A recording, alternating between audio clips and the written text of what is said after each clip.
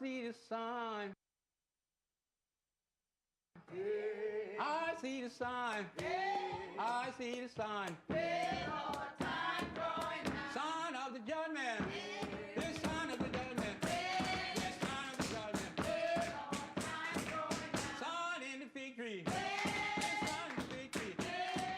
Our history in America was a closely guarded secret. It was something that nobody talked about. Growing up, because it was such a secret and because nobody talked about, you began to feel that there has to be some, when something's a secret, you think that something's wrong with it. It's Judgment Day! It's Judgment Day! It's Judgment Day! Among the secrets of slavery are stories of black resistance. Kept alive through music and memory, they reveal that liberation began from within the slave community.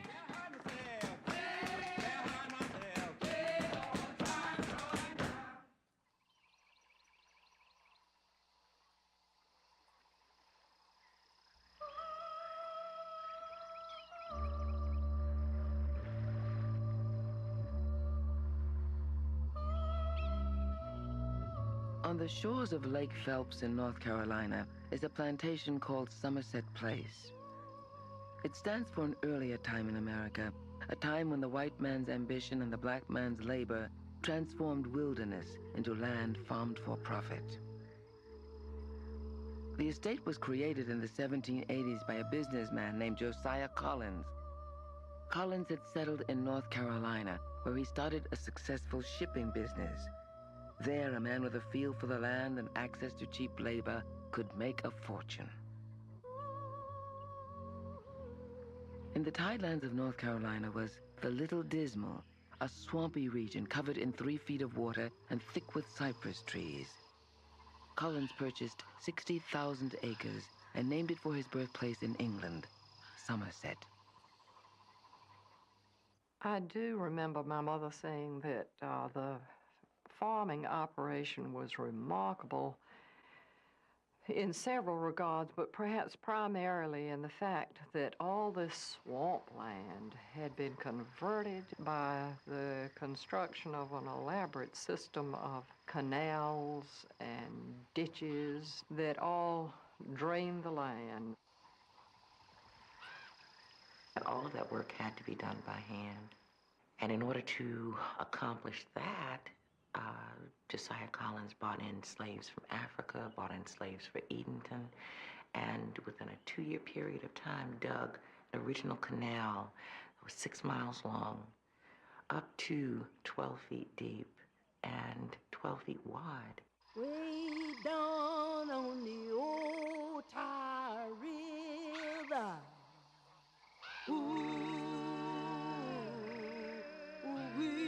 I just cannot imagine the work that would be involved in clearing a swamp when you think of the size of the cypress trees and the size of the pine trees, presumably lots of hardwoods too on the higher ground. Way down on the old Tar River.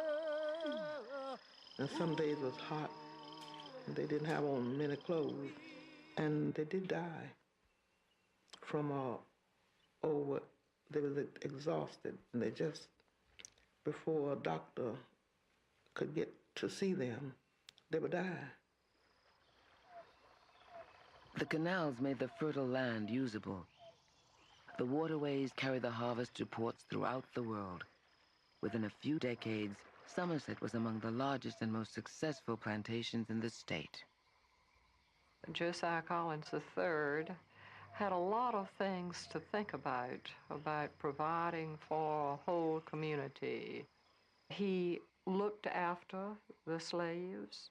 It was in his interest to do so. It was in his interest as a businessman to look after them. That sun is hot and plenty bright. Let's get on to business and get home tonight, bid 'em in. Auctioning slaves is a real high art. Bring that young gal, Roy, she's good for a start. Bid 'em in, get 'em in.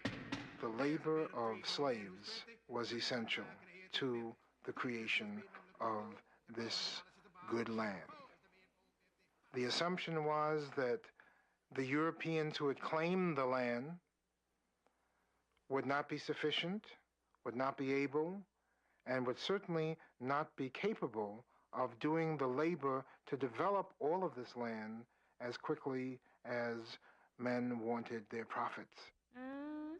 Slavery was an economic advantage only a few Southerners could afford, yet even those who did not own slaves defended the institution.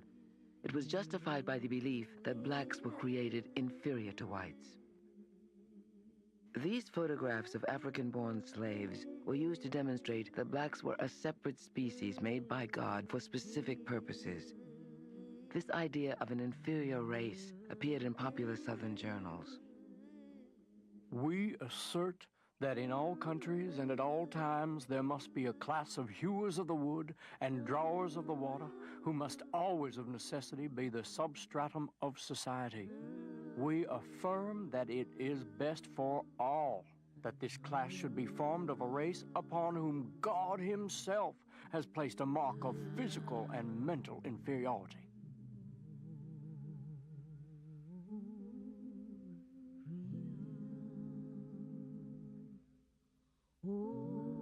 As America grew, so did slavery. By 1830, in a nation of 12 million, more than 2 million were slaves.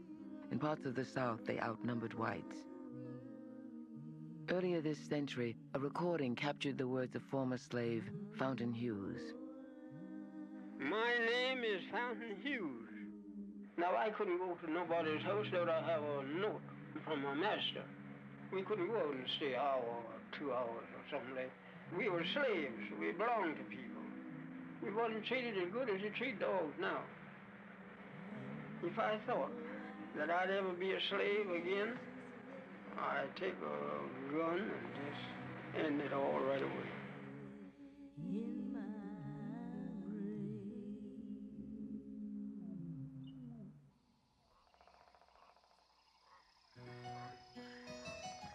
At Somerset, 170 slaves farmed the land.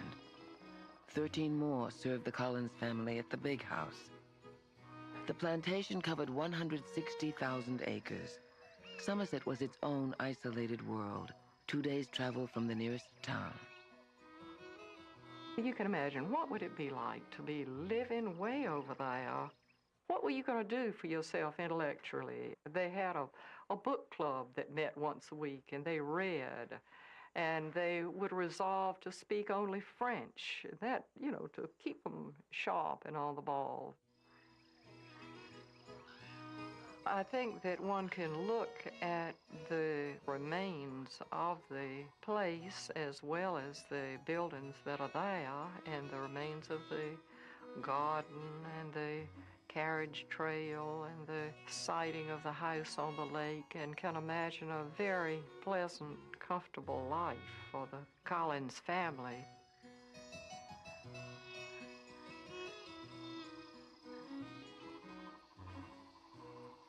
There was actually a fence that divided that community.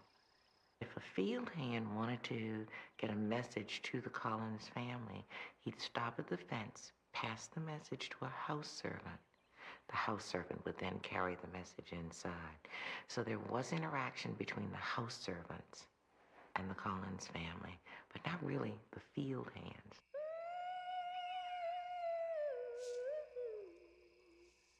A few hundred yards from the Big House were the slave quarters. Here, field hands lived 4 families to a cabin. They worked dawn till dusk, 6 days a week. Slave life was a hard life. They whipped the slaves, and sometimes it would get so severe they want to run away, and sometimes they did. In the early years, slaves did run away. They were sold into the West Indies, which meant that mothers and fathers left here at Somerset Place could never have known what happened to their loved ones who were sold from Somerset Place.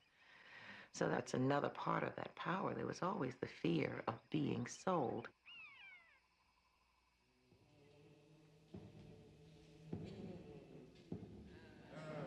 Slaves could not gather without permission. Only on Sundays were they allowed to leave their quarters and hold religious meetings. People would go off deep into the woods. People would go off in what they call the cane brakes. People would go off at midnight to be sure that they had an opportunity to gather and strengthen and encourage one another. Beyond the gaze of overseer and master, slaves could unite in worship. In these hours, they spoke openly about their life, whether to endure or resist. Blow, Gabriel, blow your trumpet. It's coming easy. Oh, blow your trumpet. It's coming easy. Tell everybody. That's my God said. There's no war. Oh, blow, Gabriel. Oh, blow your trumpet. Blow your trumpet. In 1831, only 70 miles from Somerset, hundreds of slaves gathered outside Barnes Methodist Church in Southern Virginia. They had come to hear a young field hand preacher named Nat Turner. Reverend Turner's subject and his theme for that day was, "Behold the pale horse. And he who sat upon him carried a Bible in one hand and a sword in the other," quote, Reverend Turner, "went about conquering to be conqueror." And he went on, he elaborated, and he just went on with that subject. And he was telling how the serpent, he was repeating himself about the serpent being loose and how this great warrior must, trample this serpent underfoot. And he just went on, and then they went into a frenzy, a shout meeting, and a frenzy, and he worked those people up.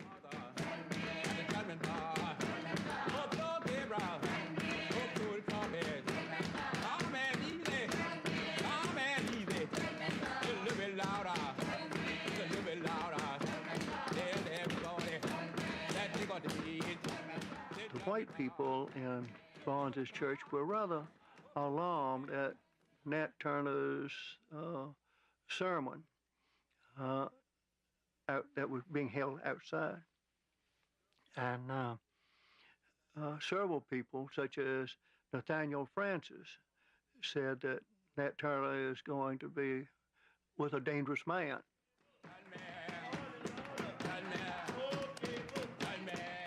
On August 22nd, Turner and a band of armed slaves attacked the whites who lived in these houses. Their violent rebellion lasted 36 hours. It was felt throughout the country. My great-grandfather, Nathaniel Francis, was not killed. His brother, Salathiel Francis, was killed. His sister, Sally Moore Travis, was killed. Her child, Putnam Moore, who had owned Nat Turner, was killed. Also, two nephews of Nathaniel Francis that were just visiting with him on the day of the insurrection, they were killed. 57 white men, women, and children were axed and stabbed. In a state where slaves were almost half the population, there was panic that a full-scale uprising was underway. Horrible. A set of runaway Negroes have murdered about 50 persons, chiefly women and children. The number of insurgents has been variously estimated from 150 to 400. Between 80 and 100 of the whites have already been butchered. Nothing is spared. Neither age nor sex is respected. A fanatic preacher by the name of Nat Turner, who has been taught to read and write and permitted to go about preaching, was at the bottom of this infernal brigandage. I think he saw his mission as a religious mission, something that was bigger than life itself, something that he could accomplish, and something that he had a religious duty to perform. But with his profession as being a preacher, he went around, he prayed for people, he called himself a healer, laying on of hands, as we say today. And so his masters say, well, we'll give him a chance to go maybe today where normally he wouldn't have gone. And he went about and he used this ministry and this as a front to try to make sure he could address his real cause to liberate his people. Till I die, till I die, till I die. At this river crossing, Turner's army was met and repelled by whites. The rebels, including Turner, were captured and tried. 9 were sold to the Deep South. Turner and 18 others were executed. At least 200 blacks, innocent blacks, were killed sort of as retribution. Even heads of blacks were put on fence posts to give a warning to other blacks that the insurrection should not proceed. There's one thing that happened in the white community as a result of this, that to tell it or try to show it would only scratch the surface, and that was great fear, because that was one of the greatest fears, even today, that the niggers would uprise. After the insurrection, the Virginia legislature passed all these laws that a slave could not be educated. A slave could not be taught the scripture. A slave could not become a minister, and they could not travel without permits. So the institution of slavery became rigid. You can't live through a Turner without asking yourself some questions about, well, what did this person really believe? I can imagine some of the questions that must have been raised by some of the children in that Southampton community. Mommy, wasn't this man a preacher? I mean, didn't he believe in Jesus like us? I mean, how could he, and how do you answer those things without, if you're human, at least some kind either of self-searching or of closing down? One of the things that they attempted was to close down the role of black preachers. Turner made it clear that slavery can't stand in the midst of a preaching that talks about we are sisters and brothers to each other. In the hands of black preachers, the Bible promised equality. Their teachings challenged the theory of racial differences used to justify slavery. Plantation owners took worship out of the fields and put it under the watchful eye of white ministers. But the Bible's message of equality had already begun to fuel the movement against slavery. Oh, the car emancipation rides majestic through our nation, bearing on its train the story, liberty, our nation's glory. Rolling along, rolling along, rolling along through the nation. Northern journalist William Lloyd Garrison was an outspoken member of a tiny minority called abolitionists. These activists, black and white, organized a national anti-slavery society. Through literature and artwork, they tried to shame the nation into renouncing slavery. Abolitionists were arrogant according to the way the Southerners approached it. We saw them as buying our cotton and making the goods, and they made all the money, and we had all the sweat to produce the cotton.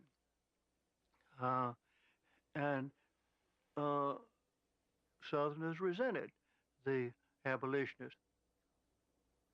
Southerners countered with their own image of slavery, a stable social order of benevolent masters and contented slaves. So when the laws came down that said that you can't gather together with black preachers unless you have white people there, or you can't do this or you can't do that, it's almost like seeping out from behind all of those blocks and blockades came still this spirit, this determination. There was always rebellion whenever there was a runaway. That's a form of rebellion. Whenever there was a group or a family to leave, to run regardless of whether they were returned or not, that was a form of rebellion. So the rebellion still didn't stop. Steal away, steal away, steal away home to Jesus. At first, Those who ran away had little more purpose than to flee to anywhere beyond the reach of their master.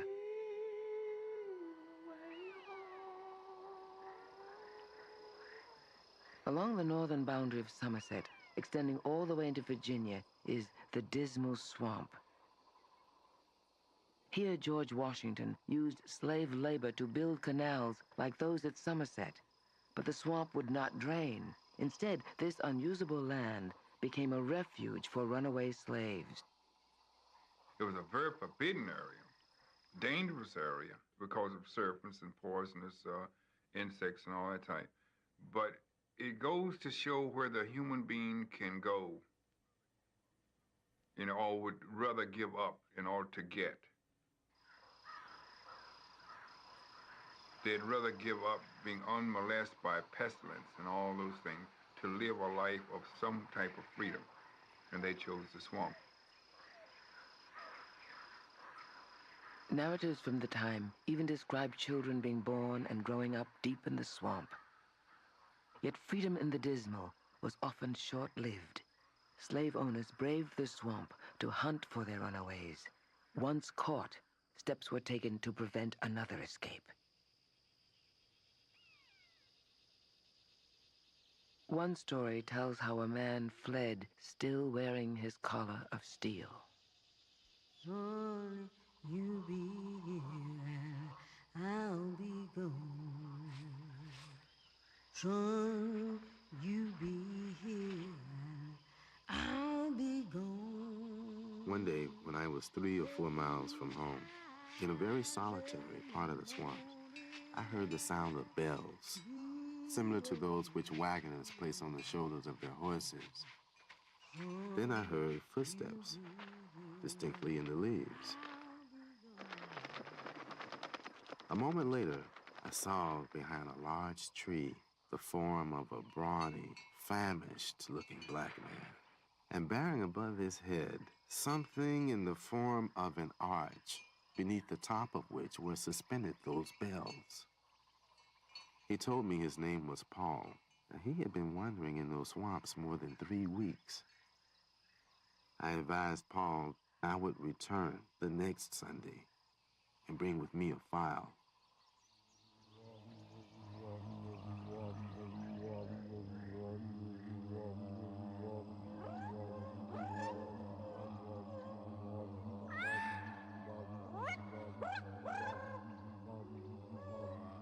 On the following Sunday, I saw no sign of any person.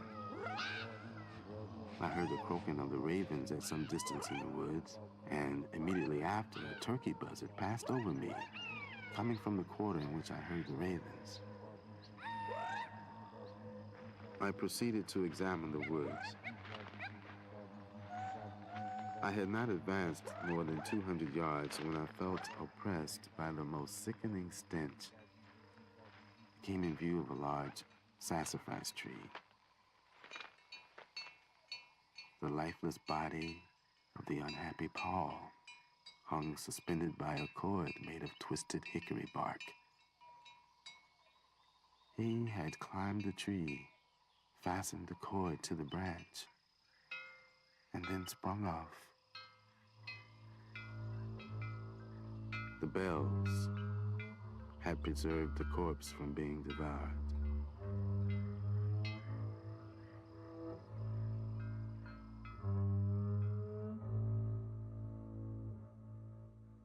Of the 4 million slaves in the South, it is estimated that as many as 100,000 succeeded in escaping. Some went westward along the Gulf and into a new life in Mexico.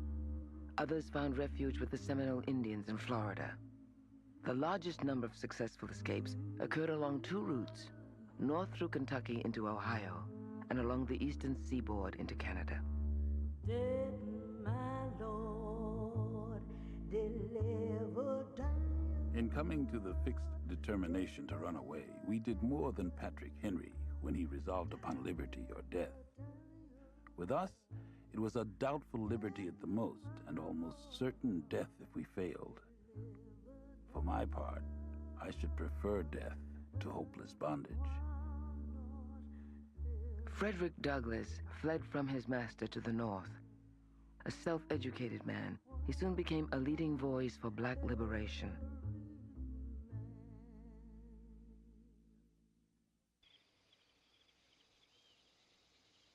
Douglas and more than 300 other slaves once lived on this Maryland plantation. After escape, he wrote and lectured about slave life and the desire to be free.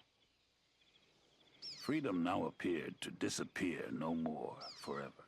It was heard in every sound and seen in everything. It was ever present to torment me with a sense of my wretched condition. I saw nothing without seeing it. I heard nothing without hearing it, and felt nothing without feeling it. It looked from every star. It smiled in every calm, breathed in every wind, and moved in every storm.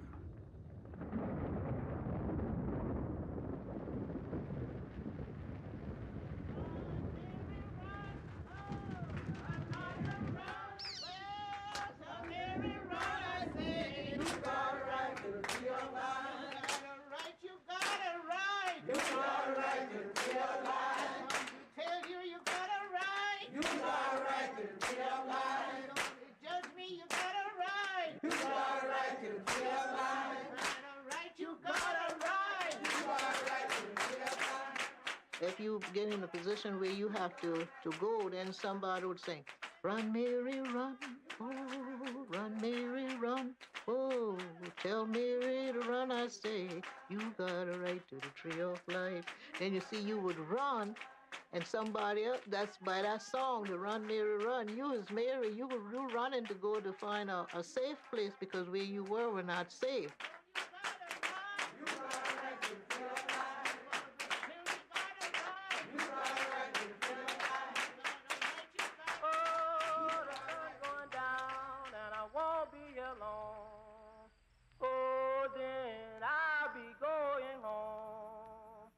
Many slaves later wrote about the flight to freedom, an act filled with hope and desperation. I now found myself a solitary figure, a wanderer from home and friends. At this moment, the prospect of utter destitution, which threatened me, was more than I could bear. As I traveled, I felt my strength failing. I cannot rest in these woods, for it'll be searched by those men whom I have escaped. How should I know when I'm on the right road? All I could do was keep my legs in motion.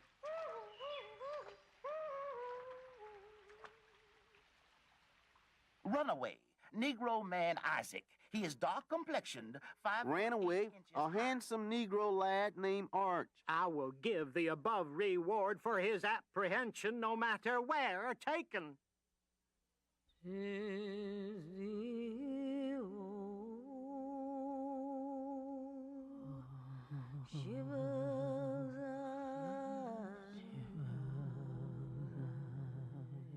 The road north was as lonely as it was dangerous. Allies were scarce, pursuit was certain.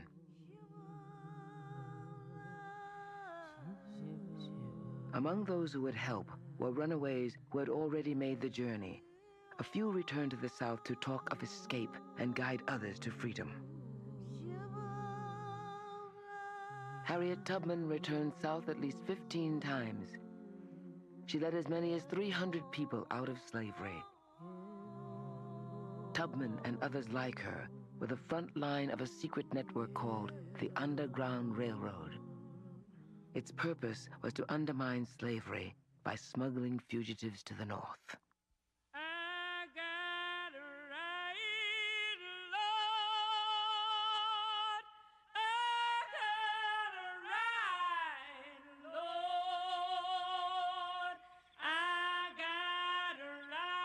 Aid and shelter came from blacks and sympathetic whites along the way. Successful escape depended on their help. I heard a rap, boom, boom, boom, on my door. I answered a hollering. Then someone whispered, "Hush, don't say nothing, but let me in." I let her in. Lord, that woman was all out of breath and a-begging. I knew she'd run away. And I was gonna do my part to help her along. I took and heard the horses and talking in the woods, dogs just a-barking. I was so scared they was gonna come in the cabin and search for that poor woman. The next morning, she stole out from there, and I ain't never seen her no more.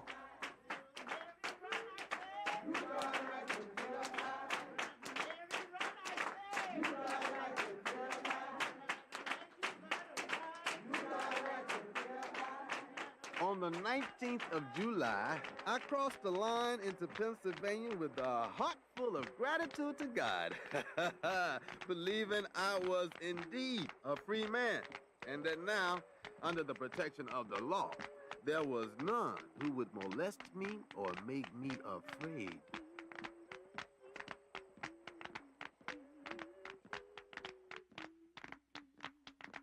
Freedom meant crossing the Mason-Dixon line, a line that could not be seen.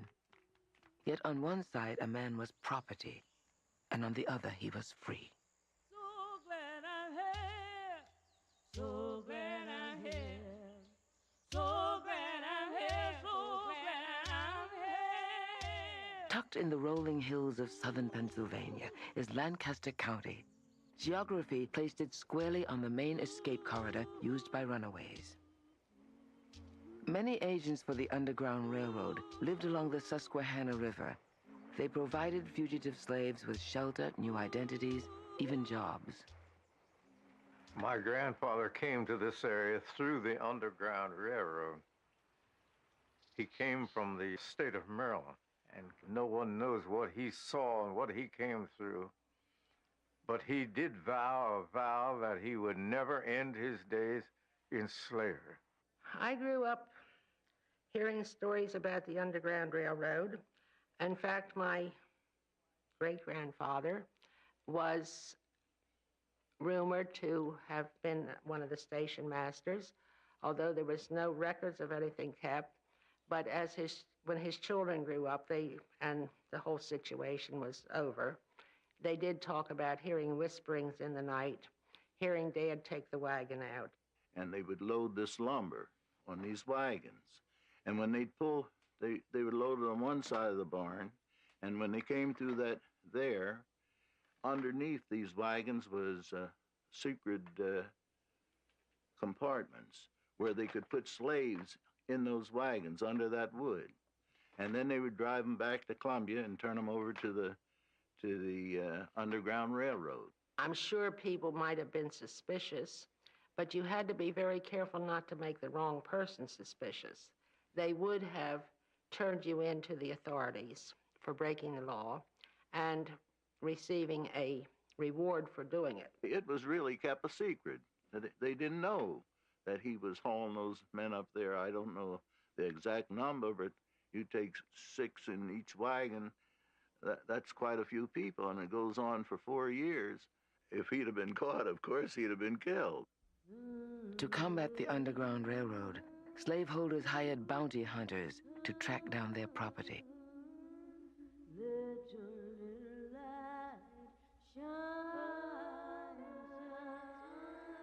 They were transported at night. They would be taken to one farm or one place and then transported that night to the next place.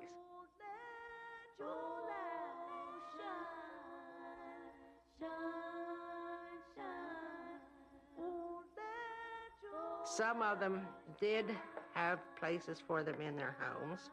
If they were sick or needed health care, they might have had a small room or a place to hide them. They were risking their liberty, possibly their life, but by civil law, they could have been arrested. When the slaves come up on the Wrightsville side, they would get so far, and then they would put them in these boats. These boats at night, they would have to do it. They'd put them in these boats, and they'd take a long pole, and they'd shove that pole, would shove the boat across the river. They wouldn't use paddles, because paddles make noise. And they, at that time, those bounty hunters came way up into this section of Pennsylvania. And they'd burn a lantern on one side of the river, And if you saw one lantern, you knew that you could go. But if you seen two lanterns, they couldn't get across the river because there would be danger. The Underground Railroad had no elected officials, no single leader, yet eventually it stretched throughout the country. To slave owners, it was organized theft.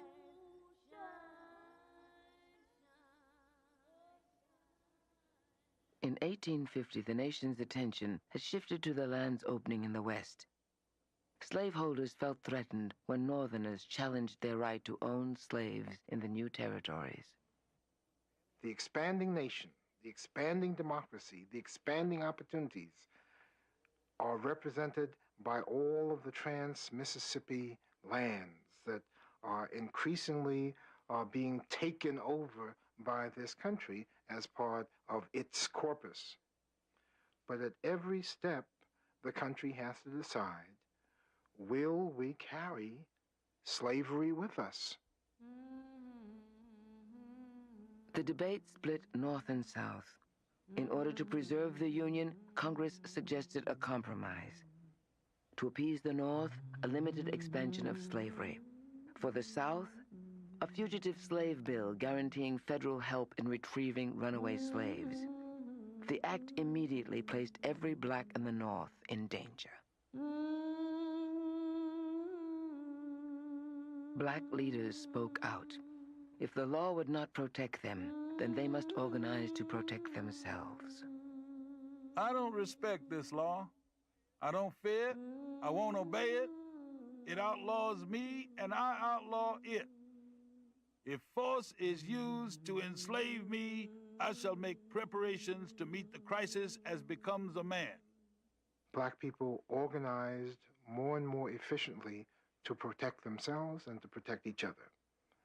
The whole process of what were called vigilance committees developed, in which lookouts were developed, self-defense groups were developed, hiding places were developed, in such a way that you get what we now know as the Underground Railroad mechanisms to a much higher degree of organization and care than had ever been done before. I'm gonna stay on the battlefield.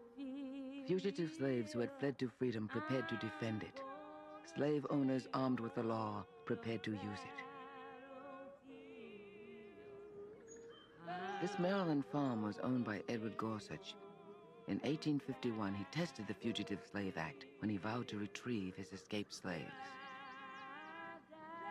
Edward Gorsuch was my great-grandfather's first cousin, and his granddaughter, Fanny Mitchell, told me that her grandfather had a slave who had been stealing corn. He and a free man were stealing corn.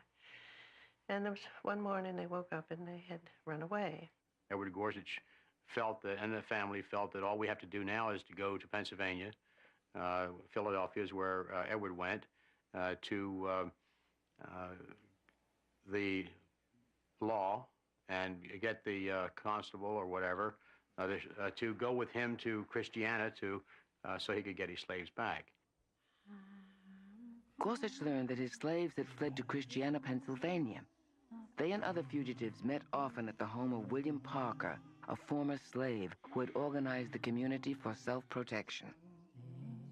William Parker was the authority, the ones that all the rest of them looked up to. He was not afraid, and he was educated enough to know his rights and stand up for his rights. William Parker had good leadership because he was well informed and he had courage.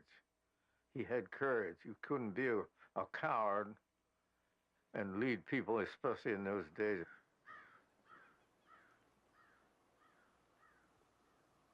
On a damp night in September, Edward Gorsuch and 5 men arrived in Christiana.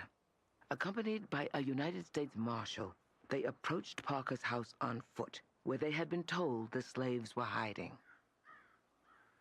As they got close to William Parker's home, Mr. Ford, who was going off to work, was going out the short lane, saw them coming and thought it was kidnappers, although they had been warned that Edward Gorsuch and his party were coming, ran back to warn them.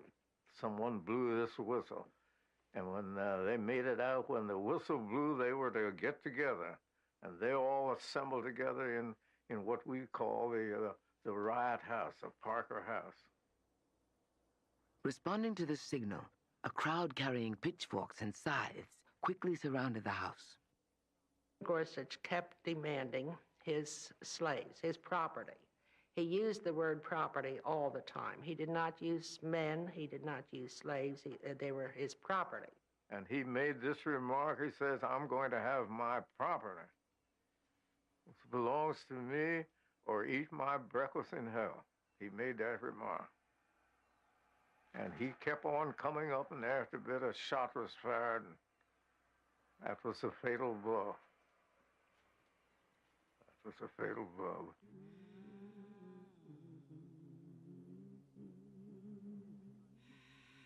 When Edward Gorsuch was killed and his son Dickinson was wounded, so the marshal left and went to try to get reinforcements. And the others, neighbors there, took in some Quakers, took in Dickinson Gorsuch and nursed him back to health. And the slave escaped to Canada and was never heard of again. I'm gonna stay on the battlefield. William Parker, smuggled to Canada by the Underground Railroad, was hailed a hero. Outraged slave owners called the fugitive slave law a mockery. The important thing was that freedom was necessary. Freedom was very important. And it was telling, even in a small way, that equality of men should be the same, regardless of the race. Here was a man who followed the law, went to Pennsylvania to retrieve his slaves, was killed, and the people who killed him weren't even arrested. Or they were arrested, but they weren't convicted. And so therefore, they were very upset about that.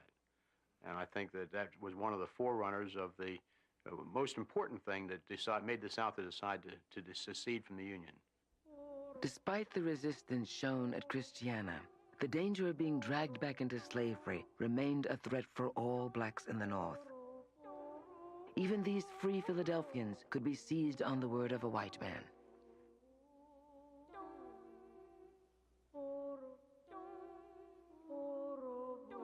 In 1857, blacks received another setback when the Supreme Court handed down its decision in the Dred Scott case. Scott, a slave, had petitioned for his freedom after traveling to a free state with his master. The court's decision upheld the property rights of slaveholders and denied blacks any claim to citizenship. Chief Justice Tawney wrote for the majority. Those persons who are descendants of Africans and who were imported into this country and sold as slaves were not intended to be included under the word citizens in the Constitution and can therefore claim none of the rights and privileges which that instrument allows. America will not allow her children to love her. She seems bent on compelling those who would be her warmest friends to be her worst enemies.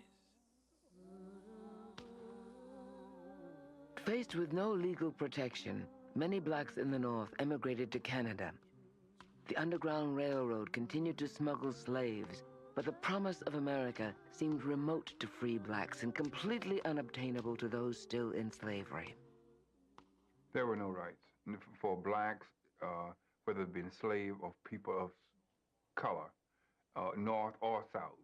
There were no rights, so to speak, meaning book rights or legal rights and things pertaining to legalities. There was nothing that protected any black in the United States at that time. Black people were talking about trying to find ways to keep encouraging fugitives to come, but the other thing was to start talking about what kind of rebellion was possible even among those who were in slavery now. In 1860, presidential candidate Abraham Lincoln, though morally opposed to slavery, agreed to a political compromise. He would support slavery if it was restricted solely to the southern states. But Southerners, determined to expand slavery into the western territories, rejected his compromise. Only 6 weeks after Lincoln was elected, South Carolina seceded from the Union. 4 months later, there was war.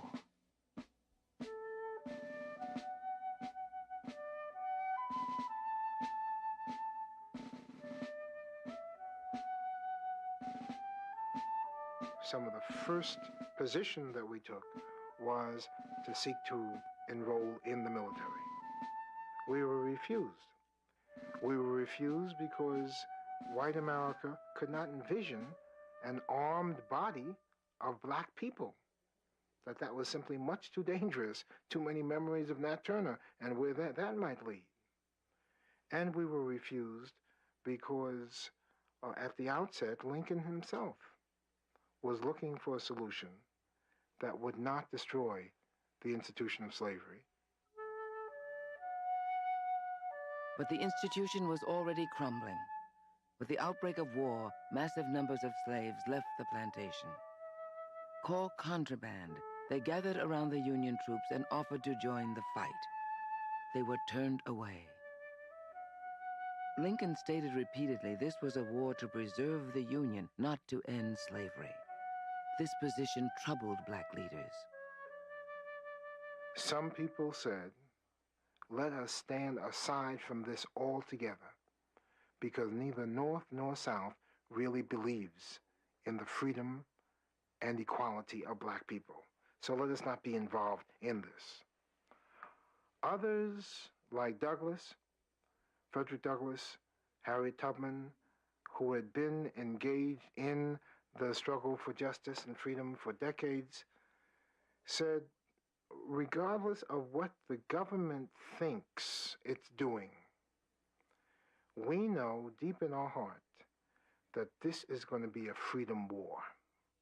I hold that it is an abolition war because slavery has proved itself stronger than the Constitution. It has proved itself stronger than the Union and has forced upon us the necessity of putting down slavery in order to save the Union. Mine eyes have seen the glory of the coming of the Lord. He is trampling out of... In January 1863, against the advice of many of his cabinet advisors and generals, Lincoln moved to end slavery. Following emancipation, slaves ran away in ever-increasing numbers. They traveled with the Union forces as laborers, cooks, even spies. We are done with hoeing cotton. We are done with hoeing corn. We are colored Yankee soldiers, just as sure as you At last, blacks were allowed to join the Union Army. More than 170,000 men saw action. 68,000 lost their lives in uniform. We are valiant soldiers who enlisted for the war. We are fighting for the Union. We are fighting for the Lord. We can shoot a rebel further than a white man ever saw as we go marching on. Glory, glory, hallelujah. The line of freedom moved south with the advancing troops. Soon it reached the tidelands of North Carolina and Somerset. Glory, glory, hallelujah, as we go marching on. They are stories of the Northern forces coming, and they wanted horses, and the slaves there helped them get horses. Heavens, they were glad to do what they could and wish they could go with them, I'm sure. They not only did they want horses, there were slaves who were helping them take the horses, and they talked about freedom. During the first visit, they held no conversations with the slaves. During the second visit, they told the slaves, you don't have to work anymore. You're